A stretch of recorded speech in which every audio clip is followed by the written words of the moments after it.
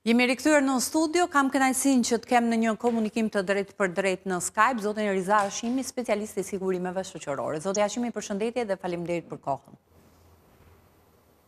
Përshëndetje, faleminderit e juve për ftesën.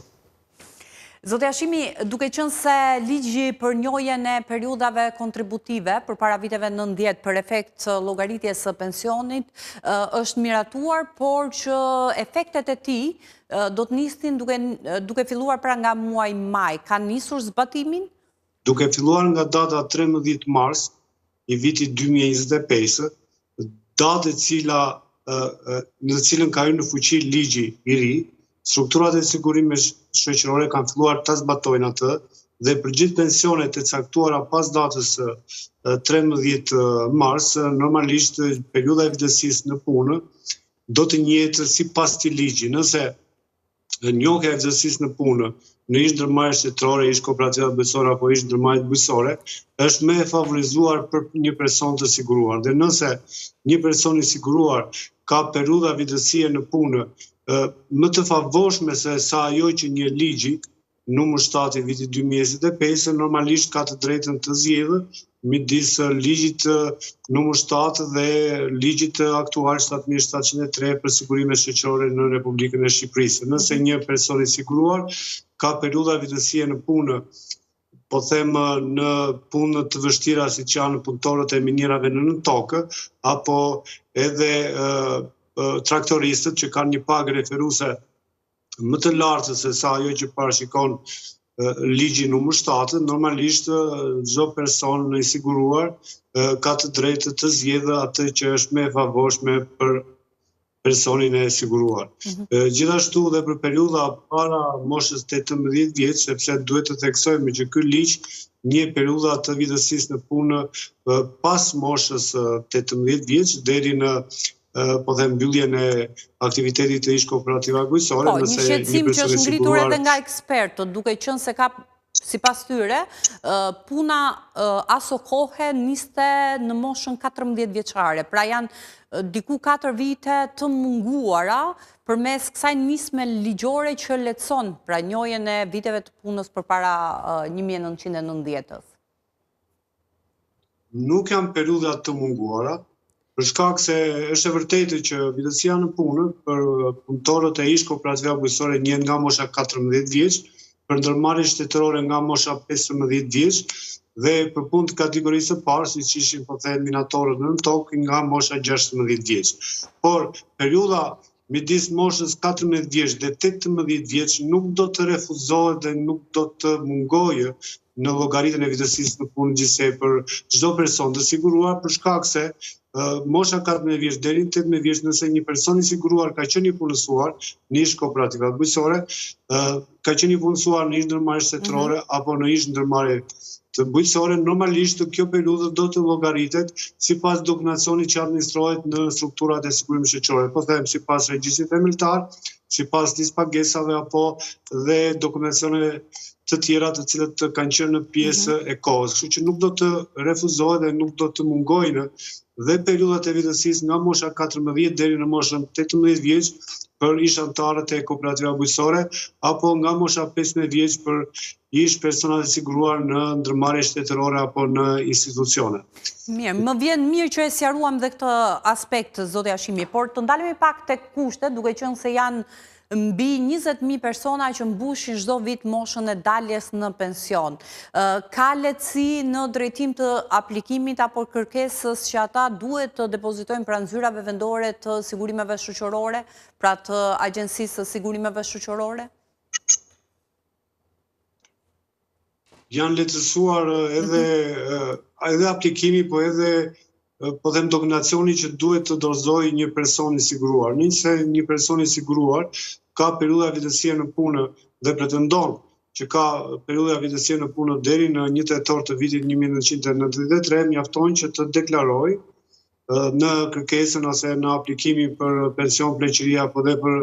kategoritë e tjera të pensioneve sipas ligjit 7703 dhe janë pikërisht strukturat e sigurimit shoqëror që mbledhin dokumentacione duhur për të zbatuar ligjin numër 7 të vitit 2025. Kuptohet që jo vetëm që procedurat janë shumë të lehta, por çdo person i siguruar, përveç njohjes së periudhave të sigurimit, për gjithë periudhën nga mosha 18 vjeç deri në mbylljen e aktivitetit të ish kooperativa bujqësore apo ish ndërmarrjeve bujqësore dhe ish ndërmarrjeve shtetërore, në varësi të vendbanimit në atë periudhën në qytet apo në fshat, kanë dhe një favorizim, po thoja unë, në lidhje me llogaritjen e masës fillestare të pensionit, sepse ndërse një person i siguruar ka qenë i punësuar në një ndërmarrje shtetërore, në një pozicion apo në një detyrë, po them mekanik, elektrik, apo dhe në pozicione të tjera pune, për të cilat ne deri sot zbatonim ligjin neni 59 të ligjit 7703 dhe vendimin e Këshillit të Ministrave për pagat referuese për efekt të masës fillestare të pensionit, tashmë gjithë periudha nga mosha 18 vjeç për gjithë të punësuarit në ndërmarrje shtetërore do të njihet si specialist i mesëm me pagë referuese 3288 dhe këtu krijon një diferencim në masën e pensionit, në masën fillestare të pensionit, duke llogaritur një masë më të lartë të pensionit në krahasim me para datës 13 mars të vitit 2025, duke llogaritur atë me paga referuese sipas vendimit të Këshillit të Ministrave. Zoti Hashimi, për të ndalur pak te ky specifikimi, pra pavarësisht llojit apo kategorisë së punës, do të njihet një masë apo një pagë referuese në vlerën e 3200 lekëve, dhe jo sipas pagave apo nivelit të pagave që ne e dim që ka një vendim të posaçëm me listën me 83 profesione, ku është e përcaktuar paga për secilin, pra paga referuese për secilin prej këtyre profesioneve. Është lista e miratuar e cila më pas përditësohet apo azhurnohet përmes koeficientëve të vlerësimit të pagave që miratohen vit pas viti në qeveri. Tani, kur thoni që do të merret fikse, pra dhe do të jetë 3200 lekë dhe kjo do të ndikojë në masën e pensionit, që do thot, nëse ka pas një pagë apo ka qenë një punonjës në ushqimore që aso kohë llogaritë 2400 lekë dhe ishte paga më e ulët, tani paga referuese nuk do të jetë kjo, por do të jetë 3200 lekë, apo jo? Ku është një përcaktim i tillë? Duhet të theksoj vetëm diçka që bëhet fjalë, llogaritja e masës fillestare të pensionit dhe marrja e pagës referuese 3288 lekë, do të jetë vetëm për ata persona të siguruar të cilët kanë qenë gjatë gjithë periudhës nga mosha 18 vjeç në qytet. Ndërsa për personat e siguruar që kanë banuar në fshat do të merret pagë referuese 1619 lekë dhe do të llogaritet si punëtor i ish kooperativave bujqësore. Kurse për periudhën për gjithë personat e siguruar që kanë banimin dhe kanë qenë me banim në qytet, do të njihet 3288 lekë, që përkon, po them, me specialist i mesëm në institucione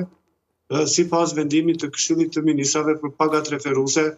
për efekt të llogaritjes së masës fillestare të pensionit. Ku është e përcaktuar një gjë e tillë dhe me çfarë koeficienti do të vlerësohen këto paga?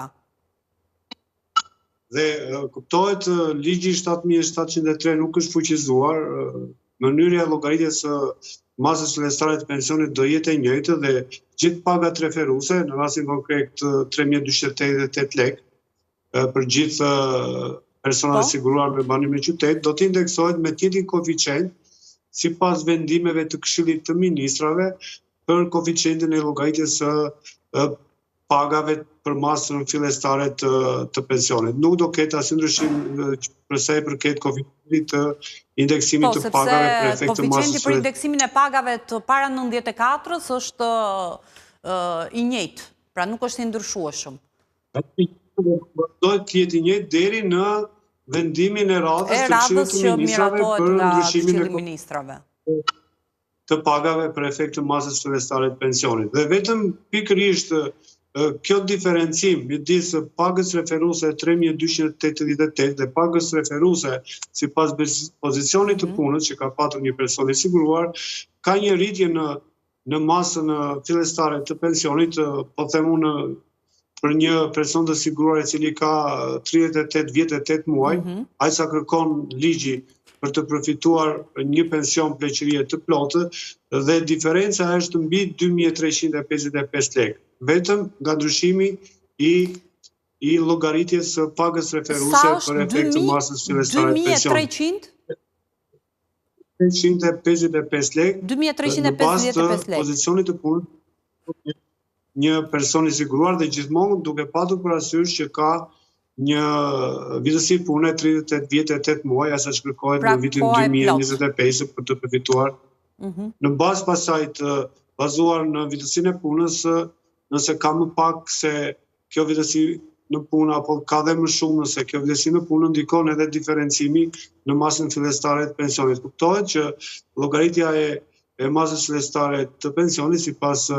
nenit 59, 31, 32 dhe 59 do të ndikojë edhe paga mbi të cilët janë paguar kontributet pas 1 janarit të vitit 1994 dhe në vazhdim. Sa më e lartë jetë baza e vlerësueshme, ose sa më të larta të jenë paga mbi të cilën janë paguar kontributet, aq më i lartë do jetë edhe masa fillestare e pensionit dhe kuptohet që edhe diferencimi do jetë edhe më i lartë. Gjithashtu do të thoja që gjithë periudha e vdesisë në punë,